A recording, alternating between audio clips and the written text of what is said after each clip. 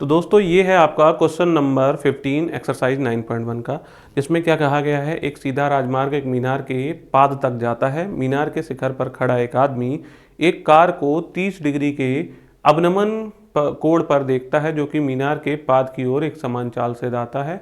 6 second बाद car का अवनमन कोण 60 डिग्री हो गया। इस बिंदु से मीनार के पाद तक पहुंचने में कार द्वारा लिया गया समय ज्ञात करना है। ठीक, तो देखो इस तरह के क्वेश्चन में हमें करना कैसे है, सबसे पहले हम बना लेते हैं डायग्राम। ठीक है, तो डायग्राम बनाएंगे। एक सीधा राजमार्ग एक मीनार के पाद तक जाता है। एक मीनार है और यहाँ पे आपका क्या है, एक सीधा सा राजमार्ग है। इसको हमने बोल दिया कि भाई ये क्या है, आपकी मीनार है। ठीक, मीनार, और मीनार को आप क्या बोल दोगे, ए बी बोल दोगे। ठीक है, एक सीधा राजमार्ग जो है मीनार, मैं यहाँ पे लिख भी देता हूँ। यहाँ पे जब हम हल कर रहे होंगे तो हल को हमने लिख दिया कि भाई जो मीनार है हमने क्या मान रहा है, हमारे डायग्राम में ए बी है। ठीक है, मीनार बराबर ए बी। ठीक, तो उन्होंने कहा एक सीधा राजमार्ग एक मीनार के पाद तक जाता है। मीनार के पाद तक जाता है, ये जो राजमार्ग है हमने, ये राजमार्ग कहाँ तक जाता है, ये मीनार के पाद तक जाता है। पाद मतलब बी, पाद संस्कृत में क्या होता है आपका, पैर होता है। ठीक है, पाद का मतलब क्या होता है, पैर। तो ए ये बी तक जाता है। ठीक है, ये जो सीधा राजमार्ग है वो पॉइंट बी तक जाता है, जो मीनार का पाद बिंदु है। ठीक है, मीनार के शिखर पर खड़ा एक आदमी यहाँ पे खड़ा हुआ है। आदमी एक कार को 30 डिग्री के अवनमन कोण पर देखता है। मान लो वो कार आपकी यहाँ पे होगी, यहाँ से वो बंदा देख रहा है, यहाँ से वो बंदा देखेगा, ऐसे करके ये क्या होगी, उसकी दृष्टि रेखा होगी। दृष्टि रेखा होगी, ये आपका क्या हो जाएगा भैया, ये आपकी क्षैतिज रेखा हो जाएगी। यहाँ पे कोण बन रहा है 30 डिग्री का। ठीक है, क्षैतिज रेखा, दृष्टि रेखा, कोण बन गया 30। कौन सा कोण, अवनमन कोण। ठीक है, ऊपर से देख रहा है तो अवनमन कोण बनेगा। अब ये वाली क्षैतिज रेखा है, ये भी आपकी क्षैतिज रेखा ही है, तो ये दोनों पैरेलल हो जाएंगी, तो ये बन जाएगा आपका जेड और ये बन जाएगा आपका 30 डिग्री का कोण। इतनी बात आपको याद रखनी है, और अगर आपको ये वाली बात समझ नहीं आती है तो आप प्रीवियस वीडियोस देख सकते हैं। ठीक है, मीनार के शिखर पर खड़ा एक आदमी एक कार को 30 डिग्री के अवनमन कोण पर देखता है, जो कि मीनार के पाद की ओर एक समान चाल से जाता है। भाई वो बंदा यहाँ से इधर की ओर जा रहा है, और क्या होता है कि भाई यहाँ पे मान लो पहुंचा होगा, तो जो अवनमन कोण है ना, 6 सेकंड के बाद कितना हो जाता है आपका, 60 डिग्री हो जाता है। सवाल में यही बात की, 60 डिग्री हो जाएगा। टाइम कितना लगा भैया, 6 सेकंड लग गए। ठीक, 6 सेकंड। ठीक, फिर इन्होंने क्या कहा था कि भाई आपको क्या करना है, इस बिंदु से मीनार के पाद तक पहुंचने में कार द्वारा लिया गया समय, हमको ये वाला टाइम, यहाँ पे कितना टाइम लग रहा है वो निकालना है। ठीक है, इसको बी मान लेते हैं, इसको सी, इसको डी। ठीक, तो इसमें क्या करेंगे, इसमें देखो टाइम की बात की गई है कि भैया आपको टाइम बताओ कि बी से सी तक चलने में जो टाइम लगा वो बता दो। ठीक, अगर हम क्या करते हैं, हम ट्रिग्नोमेट्री की बात करते हैं, हम टाइम एंड डिस्टेंस, जो क्या नाम है ट्रिग्नोमेट्री में, हम क्या करते हैं, हाइट एंड डिस्टेंस की बात करते हैं। ठीक है, मतलब ट्रिग्नोमेट्री की सहायता से हम या तो ऊंचाई ज्ञात करते हैं या दूरी ज्ञात करते हैं। ठीक, तो ऊंचाई या दूरी हमें क्या करनी है, ट्रिग्नोमेट्री की सहायता से निकाल सकते हैं। हम टाइम के बारे में बात नहीं कर सकते, टाइम निकालने में असक्षम है। ठीक है, तो हम क्या करेंगे, यहाँ पे भी क्या करेंगे, पहले दूरी निकाल लेंगे, फिर उसको क्या कर लेंगे, टाइम एंड डिस्टेंस वाले फॉर्मूले से उसको समय में कन्वर्ट कर लेंगे। ठीक है, दूरी निकाल लेंगे, चाल होगी, और उससे क्या करेंगे, भाग करेंगे, समय निकल जाएगा। ठीक, तो सबसे पहले कैसे करेंगे, सवाल को देख लेते हैं। मीनार ए बी है, माना कार एक समान चाल से चल रही है, नहीं तो माना कार की जो चाल है ना, कार की चाल आप मान लोगे, कितनी मान लोगे, x मीटर पर सेकेंड मान लोगे। क्यों मान लोगे x मीटर पर सेकेंड, किलोमीटर प्रति घंटा क्यों नहीं मानोगे भाई, सेकेंड में दे रखा है तो सेकेंड, मीटर पर सेकेंड मान लेना, किलोमीटर पर घंटा नहीं। ठीक है, तो ये माना कार की चाल आपकी कितनी हो जाएगी, x मीटर पर सेकेंड। ठीक, तो अगर मैं D से C तक, DC आपकी क्या हो, दूरी DC निकालूं, दूरी क्या निकालूं, DC निकाल लूं, तो DC में दूरी निकाल सकता हूं या नहीं। समय कितना लगा था इनको, 6 सेकंड लगा था। ठीक है, तो दूरी बराबर आपका क्या होता है, चाल गुणा समय। क्या होता है भैया, चाल गुणा समय होता है। चाल कितनी है, तो आप कहोगे जी चाल, चाल तो आपने x मान रखी थी, समय कितना है, समय आपने कहा 6 सेकंड है, तो कितनी दूरी आ गई, 6x मीटर हो जाएगी। कितनी हो जाएगी भैया, 6x मीटर दूरी हो जाएगी। इतनी बात आ गई समझ में। ठीक, तो ये वाली चीज़ हमको पता चल गई, ये कितनी है, 6x हो जाएगी। ठीक। अब क्या करेंगे, अब हम चलते हैं त्रिभुज ABC में, जो जो चीज़ें हमको पता है वो लगाते जाते हैं। देखो हमारे पास दो समकोण त्रिभुज बन रहे हैं, एक त्रिभुज ABC बन रहा है और एक त्रिभुज कौन सा बन रहा है, ABD। एक त्रिभुज ABC समकोण त्रिभुज है और एक त्रिभुज बन रहा है ABD। तो त्रिभुज ABC में अगर हम कहें, क्या करोगे आप, सबसे पहले यहाँ पे त्रिभुज ABC में, त्रिभुज ABC में क्या करने वाले हो आप, करोगे tan 60, क्या लगा दोगे भैया, tan 60 लगा दोगे, tan 60। tan 60 आपका क्या हो जाएगा, आधार वो लंब बटे आधार, लंब आपका क्या हो जाएगा, लंब आपका हो जाएगा AB हो जाएगा और आधार आपका क्या हो जाएगा, आधार आपका BC हो जाएगा। ठीक है, tan 60 क्यों लगाया, tan 60 बराबर ये हो जाएगा लंब बटे आधार।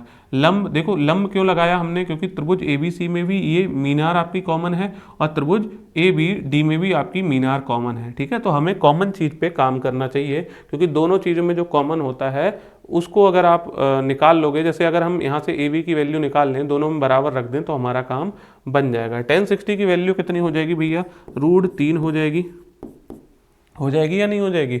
और AB आपको निकालना है और BC भी आपको निकालना है।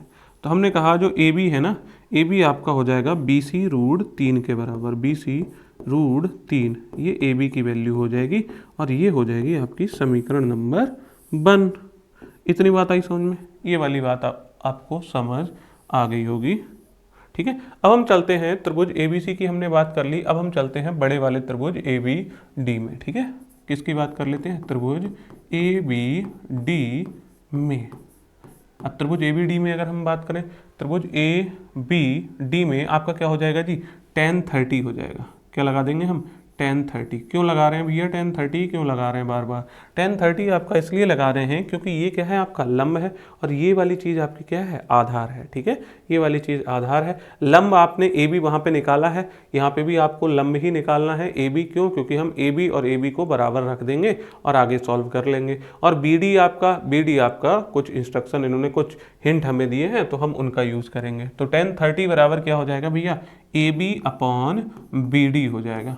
क्या हो जाएगा, tan 30 बराबर AB/BD हो जाएगा। tan 30 का मान कितना हो जाएगा भैया, 1/√3 होता है। AB की वैल्यू कितनी होती है, AB अभी भैया कुछ नहीं पता, AB कितना होता है, BD कितना है, तो BD को हम बोल सकते हैं कि भैया BC + CD के बराबर है। किसके बराबर है, BC + CD के बराबर। इतनी बात कह दोगे तो BC + CD की गुणा 1 से कराओगे तो कितना हो जाएगा, BC + CD एकम BC + CD। ठीक, ये हो जाएगा। और क्या हो जाएगा, √3 की AB से गुणा करा दोगे तो √3 AB हो जाएगा। ठीक, अब आप देखोगे समीकरण नंबर 1 में भी आपका AB की वैल्यू निकाली है आपने।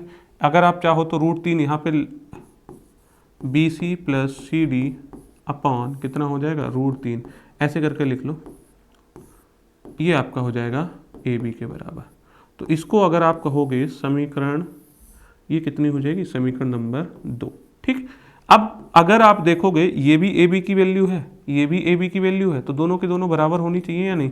आप कहोगे जी बिल्कुल, समीकरण नंबर 1 समीकरण नंबर 2 के बराबर हो जाएगी। मतलब 1 से आप क्या निकाल लोगे, BC √3 निकाल लोगे और यहाँ पे क्या हो जाएगा, BC + CD अपॉन कितना हो जाएगा भैया, √3 हो जाएगा।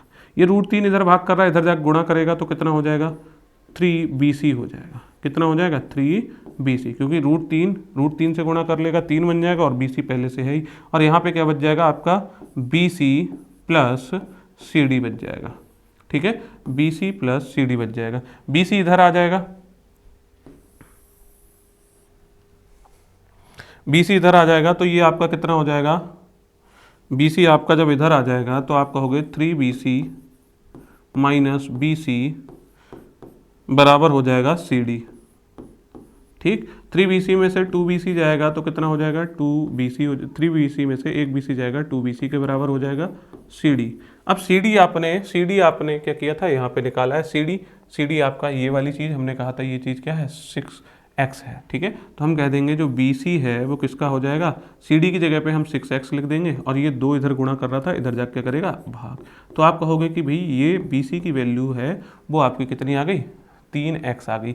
मतलब क्या हो गया जी, मतलब ये हो गया यहाँ से यहाँ तक की हमने दूरी निकाल ली। क्या कहा था इन्होंने? टाइम बताना है, दूरी नहीं बतानी है। क्या कहा था इन्होंने? टाइम बताना है। तो हमारे पास क्या आ गई अभी निकल के? दूरी आ गई। तो हम कहेंगे कि भाई आपको यहाँ पे बी सी की वैल्यू निकल के आ गई, हमें क्या निकालना है? समय। तो अतः बी सी दूरी चलने में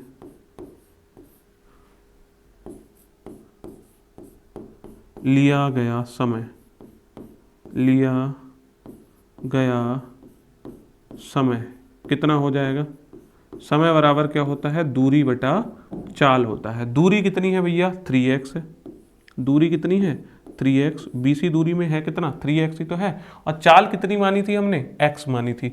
इस x से आप क्या कर दोगे? x कैंसिल कर दोगे, ये आपका कैंसिल हो जाएगा। तो कितना बच जाएगा भैया? 3 बच जाएगा। और वो क्या हो जाएगा? टाइम है तो किस में आएगा? सेकेंड में आ जाएगा। ठीक है। अतः BC दूरी चलने में लिया गया समय जो हो जाएगा वो 3 सेकेंड हो जाएगा। ये हो जाएगा आपका क्वेश्चन नंबर 15। ठीक है।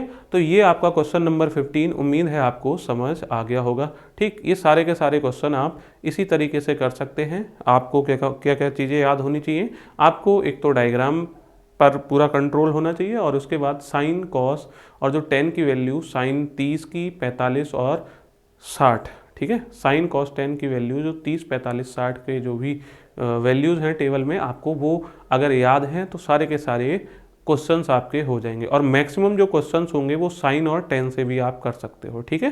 तो ये था आपका क्वेश्चन नंबर 15। इससे आगे की वीडियोस आपको जो क्वेश्चन नंबर 16 है वो प्रोवाइड करा के फिर इस चैप्टर को हम क्या करने वाले हैं? कंप्लीट करने वाले हैं। और हम ये जो प्रयास कर रहे हैं, हमने एक पूरी की पूरी वीडियो भी बनाई है, मतलब एक ही वीडियो में पूरे के पूरे क्वेश्चंस करा रखे हैं, और उसके बाद हमने छोटे छोटे क्वेश्चंस को अलग से भी सॉल्व कराया है। तो ये सारे के सारे प्रयास जो हम कर रहे हैं, अगर आपको ये हमारा जो प्रयास है वो अच्छा लगता है तो आप हमारे चैनल को लाइक कर सकते हैं। चलो।